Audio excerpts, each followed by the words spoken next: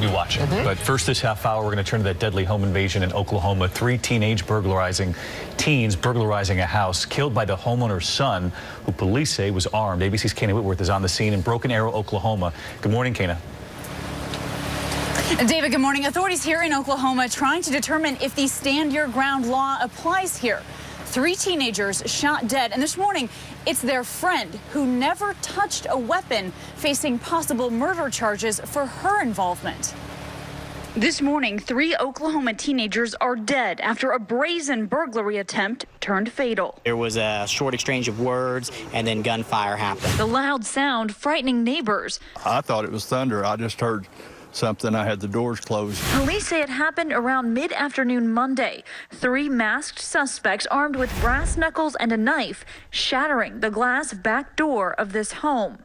After an exchange of words with 23-year-old resident Zach Peters, police say Peters opened fire with an AR-15 semi-automatic rifle, killing all 3 teenagers. Preliminary investigation, it looks like it was self-defense. Maybe a case of stand your ground. Peters allegedly was said to be in shock after the shooting, asking authorities repeatedly if the suspects were going to be all right. He has not been charged with any crime, but 21-year-old Elizabeth Marie Rodriguez, the alleged getaway driver, has been arrested under an Oklahoma law where someone can face murder charges for taking part in a fatal crime. Rodriguez, seen here after turning herself in, is now facing 3 counts of first-degree murder and 3 counts of first-degree burglary. According to the affidavit, Rodriguez planned the burglary and admitted to dropping the suspects off at the house and then fleeing the scene when she heard gunshots. She was arrested by probable cause. It appears that she could have been possibly involved in the burglaries. The district attorney tells us that Peters was interviewed and released, and now they're investigating to see whether his actions were justified or not. Robin? We'll see, Kana. Thank you. We're going to bring in our senior legal correspondent, Sunny Hostin, right now. The teens that apparently did not have a gun when they were shot, but this Make My Day law that doesn't matter. That's the nickname for the law. It comes from that Dirty Harry movie with Clint Eastwood where he says, go ahead, make my day. But it doesn't matter that they didn't have a gun, but what they did have, Robin, is that they were dressed in black clothing, they had masks on, they had gloves, they had a knife, and they also had brass knuckles. And so the bottom line is, under Oklahoma law, and really laws across our country, if someone invades your home and you are in fear of death or great bodily harm, you can protect your home, you can protect your family, even using deadly force. And across the board, I think people are very comfortable with that notion. Our homes are our castles, our homes are our sanctuaries, and people just cannot come in to do us harm without consequence. But someone who didn't do them harm, the alleged getaway driver, but still could face murder charges. Yeah, that's the tough one under Oklahoma law. And again, laws across our country, if someone conspires to commit a felony and then during that commission of that felony, someone dies, you can be found guilty and charged with murder. Think about it this way. Let's say there's a bank robbery, and everyone goes in to rob the bank and someone dies, but you didn't pull the trigger. You're still just as responsible for the death. And the homeowner's son doesn't look like there's going to be any charges. I doubt it. People are very, very comfortable with the notion that you can protect your castle, you can protect your loved ones with deadly force. All right. Maybe you guys are going to talk about this on The View. We may. We've got a lot of things to talk about today. You always do. Keep it going. All right, Sunny, thank you. Michael? Thanks. All right, thank you, Rob.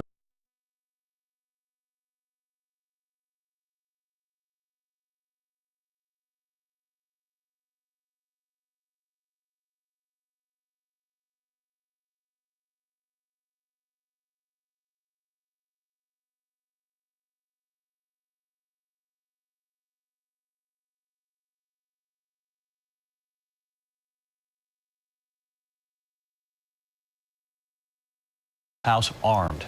ABC's Kana Whitworth is on the scene in Broken Arrow, deadly home invasion. Causing serious damage down south, as Ginger has been telling us. A major cleanup is now underway. Busy Thursday morning. All right, but first this half hour, we're going to turn to those newly released 911 calls and that deadly home invasion.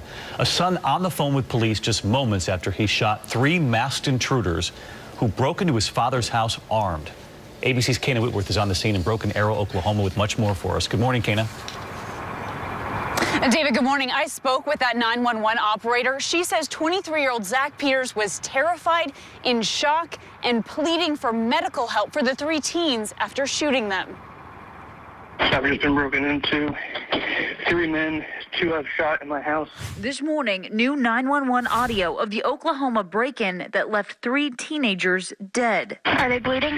Yes, I believe one's down, one's still talking. You need to get here now. That's 23-year-old Zach Peters pleading with the 911 operator to send help after shooting 3 masked intruders. Okay, what did you shoot them with? An AR-15. Monday afternoon, in broad daylight, police say 3 teenagers armed with brass knuckles and a knife shattered the glass back door of this home. Peters was there and opened fire. Do you know where they both are, sir? One's in the kitchen, one crawled into the northeast corner bedroom. And the third one, I did not shoot. He ran outside. The suspects have been identified as 19-year-old Maxwell Cook, 17-year-old Jacob Redfern, and 16-year-old Jacob Woodruff. Have anything you'd like to say? The accused getaway driver, 21-year-old Elizabeth Marie Rodriguez, allegedly the mastermind behind the heist. Her friend, Ethan Ellison, claiming she called him right after the 3 boys were killed. She said that they thought that the house was empty. All she knows is she heard over 12 gunshots, so she freaked out and left. After turning herself in, Rodriguez was arrested under an Oklahoma law that says someone can be charged with murder if they take any part in a fatal crime. She's now facing 3 counts of felony first-degree murder and 3 counts of first-degree burglary. Now, Ellison also telling police that Rodriguez took the boys to that same house earlier that day, and they made off with liquor and speakers, but it wasn't enough for her to pay her rent, so they went back, and that's when they were killed. David? Wow, incredible. They went back a second time. Kana, thank you. Let's bring in legal analyst Nancy Grace. Nancy, good morning. Always great to have you back. And a lot of talk about this being a test of these so-called stand your ground laws. But a lot of people listening to this story are going to say 3 masked intruders armed themselves, that the homeowner's son had every right to protect himself and shoot them. So what are the prosecutors examining here? Well, you're darn right. This is stand your ground. All those stand your ground laws really got a bad rap after George Zimmerman used that when he gunned down a teen boy, Trayvon Martin. So that's why everyone has it in their mind that stand your ground is a bad thing. It's not. What it is really is a souped up self-defense. And in this case, you've got a 23-year-old young guy at home. He lives with his parents. He hears a break-in. He goes down, skids into the kitchen, and sees 3 guys dressed in black with masks, gloves, the works, brass knuckles, a knife. They have an exchange of words, and he unleashes the weapon. It is an AR-15. That's considered bad in a lot of ways. It's just like an M16 military rifle. It is semi-automatic, and that has really turned a lot of heads. But it doesn't matter if you're using an AR or a BB gun. If somebody comes in your house, you have a right to defend yourself. Imagine coming in your kitchen and seeing 3 guys standing there. So I really think this boils down to self-defense. And I'll tell you what's going to be the hang-up. Here's the sticky part, that felony murder charge they're looking at for Rodriguez. She's looking down the wrong end of a barrel at 3 murder charges. She masterminds the whole thing, according to reports. She eggs them on. She gets them to go in, commit the burglary to pay her rent money, and the first time she hears a gunshot, bam, she's out of there and leaves them to die. So, yeah, she's in a lot of trouble. Yeah, I would not say the shooter, Zach, is in trouble. That's what I wanted to ask you about, because those are the only charges that right now are against the young woman you talk about who was waiting in the car. And you believe those charges stick? Oh, I think they're absolutely going to stick. You know, at first, everyone was wondering, will stand your ground, or in Oklahoma, I guess in homage to Dirty Harry, they call it the Make My Day instead of Stand Your Ground. Everyone was wondering, you know, he uses a semi-automatic weapon on these 3 teens. Is he going to be charged? No, I don't think he's going to be charged. It's going to be open and shut self-defense. The sticky point, as I say, is this girl, Stephanie Rodriguez. She is the one. Elizabeth Rodriguez is facing 3 charges of felony murder. All right, Nancy Grace with us this morning. Nancy always cuts to the chase. Thanks, Nancy. Robin. David. Thank Coming you. up in just 2 minutes, that real-life medical mystery involving Grey's Anatomy star Chandra Wilson and her daughter. Come on back. Be sure Look who's here. Tim and his new brother got off to a rough start. You can talk. Let go, you little... The kids are finally getting along. But tomorrow, I'm on a mission, and you're going to help me. Their journey will...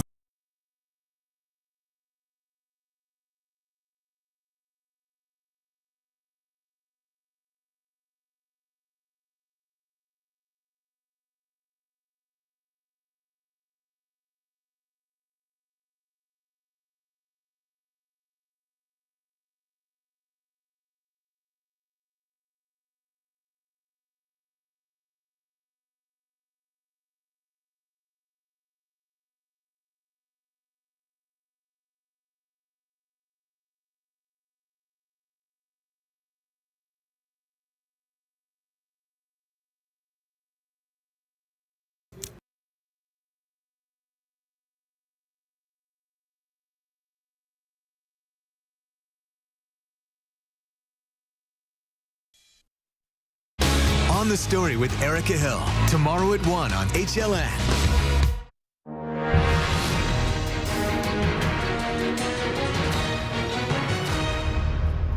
A brazen home invasion in broad daylight has shocked a small Oklahoma community. Police say 3 men dressed in black, wearing masks and gloves, and sporting a knife and some brass knuckles, broke in through the back door of this home. And once inside, words were exchanged, shots were fired. The homeowner's son called 911 just moments after the shooting. I've just been broken into. 3 men, 2 have shot in my house. Was anyone shot? Yes, 2 of them. Are they bleeding? Yes, I believe one's down, one's still talking. You need to get here now. And they broke into your home? Yes. Investigators say it was the homeowner's son who used his AR-15 semi-automatic rifle to shoot and kill not just the 2 that he thought he'd killed, but all 3. All 3 of those burglars, all 3 whom were teenagers. Mr. Peters stated that he had been involved in a shooting. People had come into his house, and then we left, and he had discharged his weapon. Right now, investigators are approaching the shooting as self-defense. But the DA still has to decide whether or not to file charges against the shooter, that homeowner, the homeowner's son, who was basically being broken into by 3 masked teenagers carrying weapons. But there is one person who's been charged. The sheriff's deputies have arrested the alleged getaway driver. Meet Elizabeth Rodriguez, or at least her mugshot. She is not just facing burglary charges or, say, a conspiracy or accessory or anything like that. She's actually accused of committing a felony because she allegedly dropped those teenagers off where a felony was committed. And she's facing 3 counts of first-degree murder. Rodriguez invoked her right to silence and did not give any further information other than who she believed the 3 individuals were that were at the house. We also received information about Ms. Rodriguez's involvement in that burglary / shooting, and she was arrested and booked into Wagner County Jail on 3 counts of first-degree murder, and 1 count of first-degree burglary, and 1 count of second-degree burglary. Deputy Nick Mahoney's with the Wagner County Sheriff's Office. He's here with me live. Deputy, this is interesting because, by all accounts, it doesn't appear that a murder happened.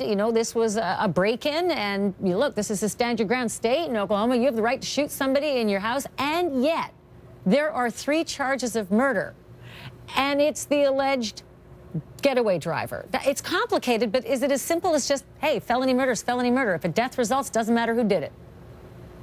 Well, it's not quite that simple. So she had dropped these three individuals off at this house. They were there with the intent to burglarize this house. So by dropping them off, they had conspired to break into this house. They were committing a felony at the time that they conspired to do that. They were committing a felony at the time of the burglary. So because they died in the commission of this felony, she's ultimately responsible. Sounds like it doesn't matter who actually pulls the trigger. If a death results during the commission of a felony, if you're a part of the commission of the felony, you get tagged with it. It seems as simple as that. So my question is, the issue of Rodriguez turning herself in, does that factor in here at all? I mean, she wasn't caught on location. She actually came to you later and turned herself in. Was this did she know about felony murder in Oklahoma? Or does this help to mitigate her circumstance at all? You know, I don't think at the time that she was really thinking about any type of consequences. She knew that they had been shot. She knew that they were injured. I don't know that she knew the extent of it at that point until she started hearing news reports and breaking things. So she went to the police department after she decided that those three individuals, their families needed to know. So she went to the police department under that pretense. She told the Broken Arrow Police Department that she had information regarding the case. We dispatched some deputies there who made contact with her, and ultimately she was arrested. So there's a couple of tapes that I'd love our audience to hear while I'm having this conversation with you. One of them is about the neighbors who said that they had just sort of been sick of all the casing that had been going on in the neighborhood, that it wasn't the first time that they had seen people driving around the neighborhood and having a good long look. Have a listen to this. It's shocking. It's shocking that somebody finally got caught. We noticed more people driving by slow in the neighborhood, and it's just, you know, they're casing out the place. If you notice somebody 2 or 3 times in a truck or something like that drive by slow, most of the lots are sold. They're not looking for a place to buy. They're looking for stuff to steal. And to that end, I don't know if the homeowner, Deputy Mahoney, had the same experiences, saw people casing the neighborhood.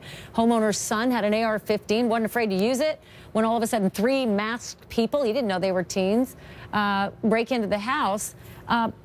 Ultimately, it's such a chilling thing to hear his voice on the 911 call, because this man is calm. At 23 years old, he is calm. Have a listen. One's in the kitchen and one's in the northeast corner bedroom, and you're on the southeast corner bedroom, is that correct? Correct. And the third one, I did not shoot. He ran outside. The third one, he did not shoot, ran outside. Okay. Just incredible. Joey Jackson back on set with me again. Look, the DA's still looking at the case, but stand your ground. This looks like a classic case. They're in the castle, for crying out loud. You know what's interesting? I think people at home are saying, well, wait a second. She didn't shoot anybody. She was the getaway driver. This 23-year-old, you just played the tape, he shot them. So why is she being accused of murder? Especially if he has the right in that state, on stand your ground. That's exactly why I said to the deputy, doesn't look like he's going to get murder, but she gets But she does. And it's a rule, and it's not only limited to Oklahoma. It's pretty common throughout many jurisdictions throughout the country. And the issue and idea is, if you aid, abet, and assist a felony, and that includes being the getaway driver, and someone dies and you're aiding and abetting of commission of a felony, what is it? Breaking into someone else's home. You're responsible for the death that's caused, even if it's not by your own hand. Even if it's your pal. That's exactly right. Even if your friend gets shot, you're responsible. That's what's happening here. She's in a world of hurt. She's in a world of hurt, yes, and at that age, 21 years old, she probably had no idea about the felony murder statutes in Oklahoma. And by the way, that's death penalty state, too. She does now. So she's first-degree murder, man. That's, you're right, world of hurt. Joey Jackson, thank you. Deputy Mahoney, thank you as well. A teen mother who gives birth at home and then throws that newborn out a second-story window somehow beats